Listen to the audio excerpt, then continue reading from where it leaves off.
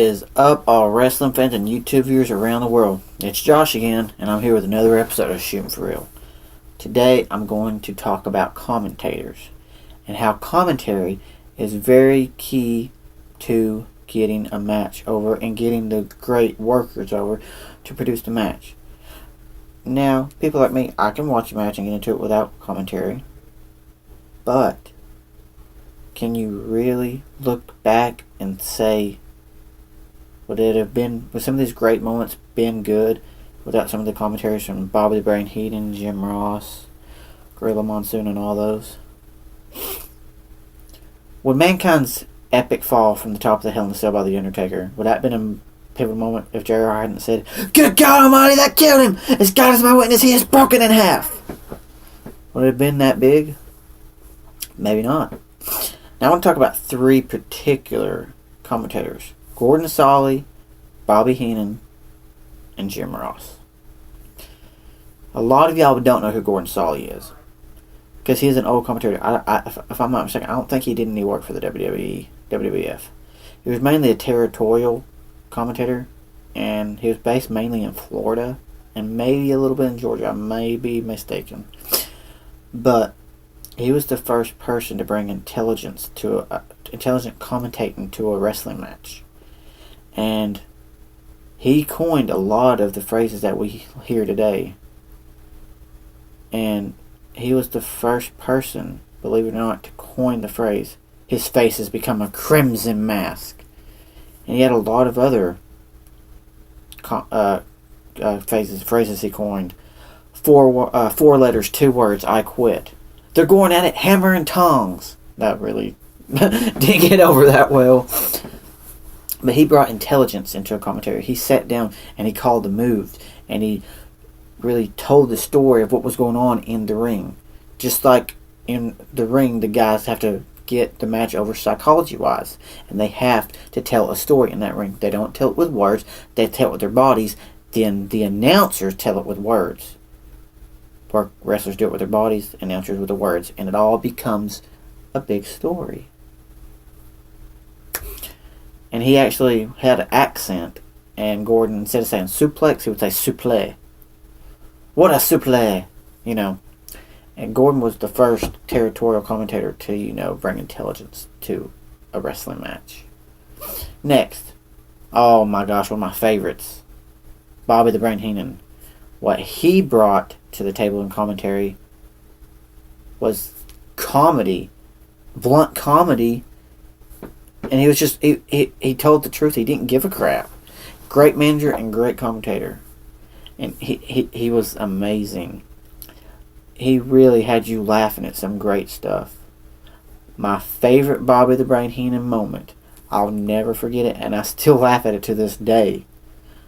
When the Rockers broke up, they was in the barbershop.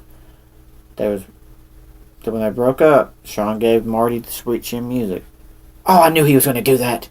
When just a minute before, he's like, oh, I knew they wasn't going to break up. he would reverse himself all the time. But my favorite call that he said, after Shawn gave Marty the Sweet Chin Music, threw Jannetty through the glass window of the barbershop, Bobby said this: "Jannetty tried to dive through the glass window to escape." It was just so funny. And if you was a huge Rockers fan like I was, you couldn't help but laugh. I mean, you was upset. It's like, oh, come on, really? But you couldn't help but laugh at it. Gotta keep track of my time. You couldn't help but laugh because, Bobby the Brain Heenan was so funny. Like, I think another great moment that he did was at the very first episode of Monday Night Raw that came on in 1995.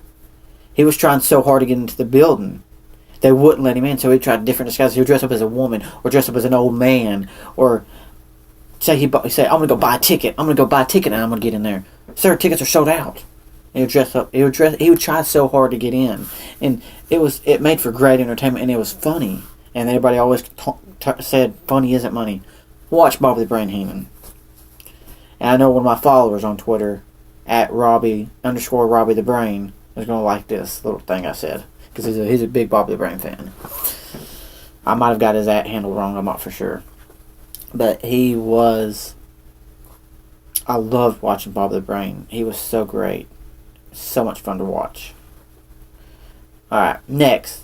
I'm going to talk about the greatest announcer of all time, arguably. Jim Ross. Good old JR.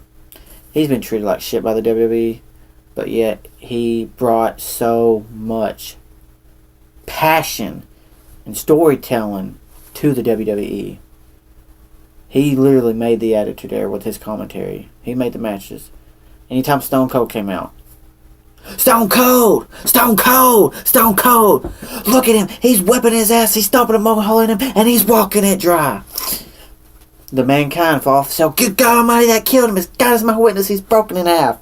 Then when he got thrown through the cell the second time, good God Almighty, will somebody stop the damn match? He brought passion into the matches. You could tell how passionate he was about the business. Each little word he said, he got these guys over, he told a story, and he really brought in-depth psychology and storytelling to these matches, and you loved every minute of it. And people say to this day, some of these great moments that have happened, they could have been twice as good if JR was calling them.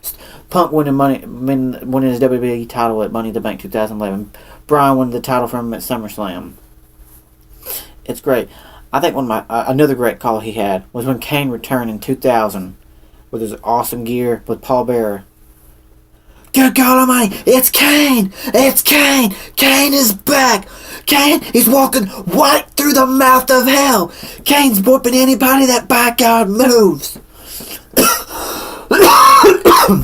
It was incredible. He made you feel every minute. And that's why people like, when these great returns happen, people are like, God damn, Jerry Lawler and Michael Cole suck when it comes to these returns. Anytime we had a return, oh my God, JR it gave you goosebumps every time you listen to him. I'm getting goosebumps now just talking about it. Because JR knew how to get a talent over. He knew what to do. Anytime he had a return, it was great. And you knew when JR was on that headset, you was going to have a good night. And I loved listening to JR. I've got his barbecue sauce. I love it. And after he quit or got fired, depending on who you hear from or talk to, he went on to work on his barbecue place. He's got his own. It's JR's Family Barbecue in Norman, Oklahoma. I've got his barbecue sauce. I've got his seasoning. I'm gonna get this cookbook. Go grab his stuff, guys. His barbecue sauce is absolutely amazing. Chipotle. I haven't tried the main event mustard yet, but the Chipotle ketchup and the original barbecue sauce are great. The seasoning is great too. But like I said, commentary is a key thing when it comes to getting a match over.